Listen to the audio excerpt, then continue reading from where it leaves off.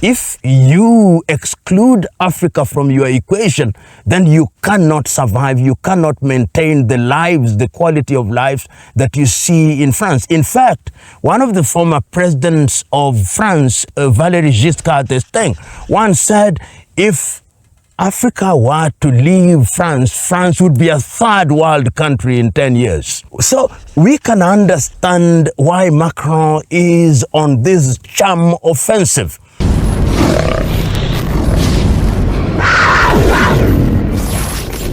We continue with our conversations, and today we talk about a contemporary issue which must be understood in our historical context.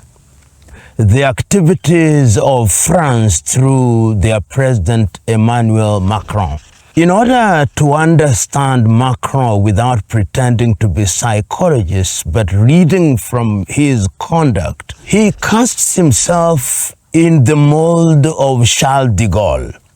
And many of the activities of Emmanuel Macron, as I see it and as some commentators do, gives one a sense of déjà vu, in the sense that they have been done before.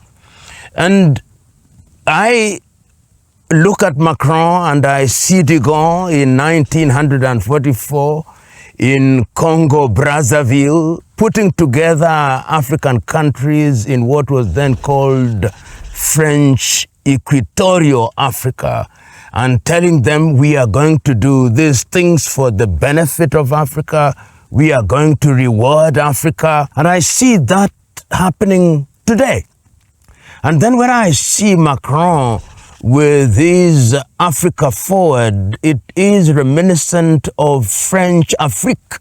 And this takes me back to 1973 in Niamey in Niger, when the then Nigerian president Hamani Diori meets the French president at that time, Georges Pompidou. And at that time, it is also about France and Africa. And we don't say these often. In 1972, Georges Pompidou visits Niger, and there is a quarrel about uranium. Then the meeting is held, the first of their France-Afrique meetings in 1973, and a year later, Hamani Diori is overthrown. So that context is necessary in trying to appreciate the way Macron behaves, particularly after a series of events. Event number one is the coup d'etat in Guinea, then much more prominently the coup d'etat in Mali in the year 2020, then the coup d'etat in Burkina in the year 2022, and the coup d'etat in Niger in the year 2023. And the expulsion of the French. When they are expelled, the French are losing at several levels. Level number one is economic. Level number two is military. Because without being as outright as the Sahelian states, even the Senegalese asked the French to leave their territory, and even the Côte d'Ivoirians, so that the French military presence is being reduced, as is their economic presence. And you see a Macron who casts himself in the mold of the leader of Europe. And trying to lead Europe means that you must cast yourself as somebody who is present militarily and otherwise in a continent that you have dominated. Remember that the French dominate the economies of their former colonies through CFA franc, which is the currency that they have controlled from Paris, and which is a currency which then controls the economy. From a military perspective, they have their own forces, which forces are used periodically to install regimes. And indeed, one sees that many of the civilian regimes or administrations in the former French colonies are actually determined and guided from Paris. And Macron is present in this space. Beyond that, one sees a Macron who, having lost the kind of traction that they had in that region, and I've not mentioned what happened in Gabon, the coup d'etat in Gabon. I've not mentioned what happened in Guinea. All these sees a France that is losing out.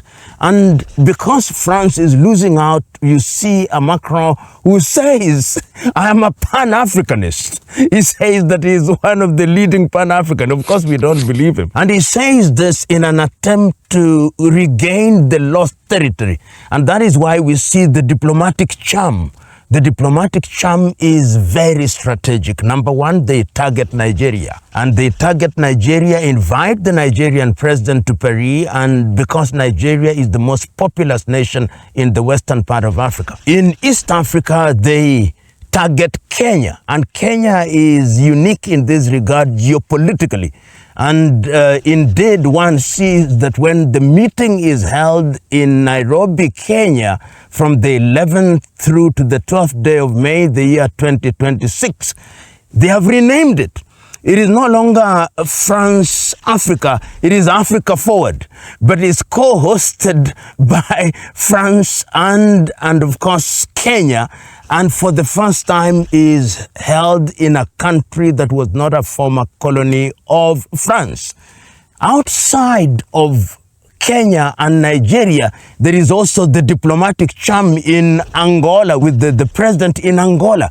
They are now targeting another former colony of Portugal. And all these must be seen in the context of a France that is trying to project herself as the leader.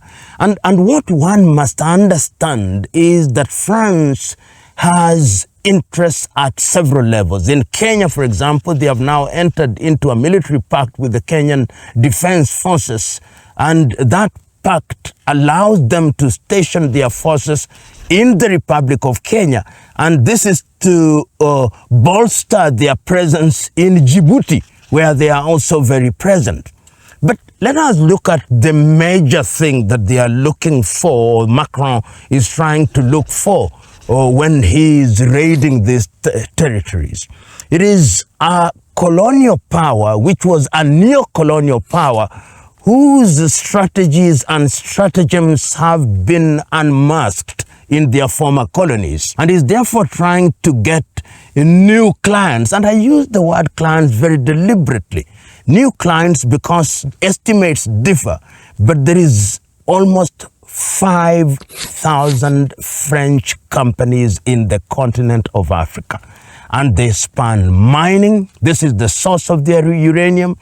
They span agriculture, they span logistics, they span artificial intelligence, they span manufacturing, they are in the retail business, in the supermarket business. All these are in the continent of Africa. And if one looks at Africa, Africa is the youngest continent on earth. So you are looking at a population, give or take 1.4 to 1.5 billion. You are targeting that market. And you are targeting it because if you exclude Africa from your equation, then you cannot survive. You cannot maintain the lives, the quality of life that you see in France. In fact, one of the former presidents of France, Valéry Giscard d'Estaing, once said, if Africa were to leave France, France would be a third world country in 10 years. So we can understand why Macron is on this charm offensive. And when we say that France is raiding Africa, we actually mean it. It is diplomatic charm. But it must be understood in the sense that he is trying to delude Africans through their leaders that this is being done in the best interest of Africa. And it is not lost on me that some of the activities that are taking place in France are meant to hoodwink Africa. Take, for example, the president of Ghana, John Dramani Mahama, takes a resolution to the United Nations to have the world declare that the transatlantic trade was a crime against humanity. France, like all other colonizers, abstains. They don't vote for the resolution. And then they come back and say that we want to work with you in the reparation space. And indeed, he attends a meeting in Accra, Ghana, in the month of June of the year 2026. And not only does he do that, in advance of his journey to Ghana, on the 28th day of May, the year 2026, the French Parliament repeals a law that was enacted in 1658 during the administration of King Louis XIV and signed by King Louis XV, which is the Code Noir. Code Noir was a law which simply said that Africans were chattels who could be sold in the market. Then he comes to Africa and says, you see, we have now repealed this law. Now we can deal with you on equal terms. And then he comes to Nairobi and meets many African countries and says, we are going to give you 27 billion euros. You know, when you are talking about a continent of over 1.4 billion divided into 54 countries, what is 27 billion? It's a pittance. It's like trying to water a desert, the Sahara Desert, using a teaspoon. And that is the kind of thing that Emmanuel Macron and France, therefore, is doing. And this, sometimes there is a sense in which we in the continent of Africa must also blame ourselves, because we are in the lamentation mode too often. The French have defined what they want. Does Africa define what it wants? No, we seldom do. And France is allowing itself to emerge as this savior, while Africa could save herself. And remember what Macron does also. He does what he does outside of the European Union. He does what he does outside of other establishments, because he's saying France is unique. France is this new power that thinks differently. New in the sense that our approach is no longer the one that is condescending. Our approach is not the one that is controlling. We are working together. Our relationship is symbiotic. We are partners in this regard. And that is what I call the Trojan horse approach. It is a Trojan horse in the sense that once they get into the economy, and you can see it in several sectors, in the oil sectors, with the Total Energies, with ELF. You can see it in the logistics sector with Bolloré. And all these are designed to create what I call economic colonization. And if anybody got it right, it was the first vice president of Zambia, Simon Kapwepwe. He said, those who left as colonizers will come back as investors, and we must have the ability to identify them for who they are.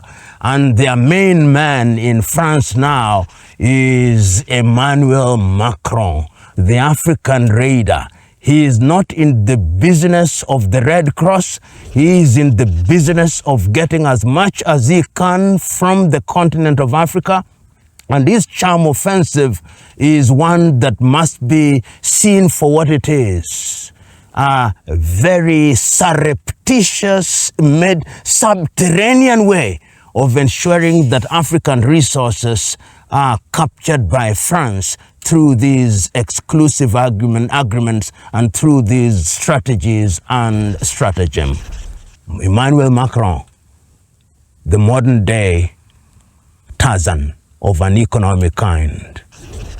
We continue with our conversations about the continent of Africa, but we will see you next time as we continue our in-depth analysis of diverse issues. Welcome when we come back again. Thank you.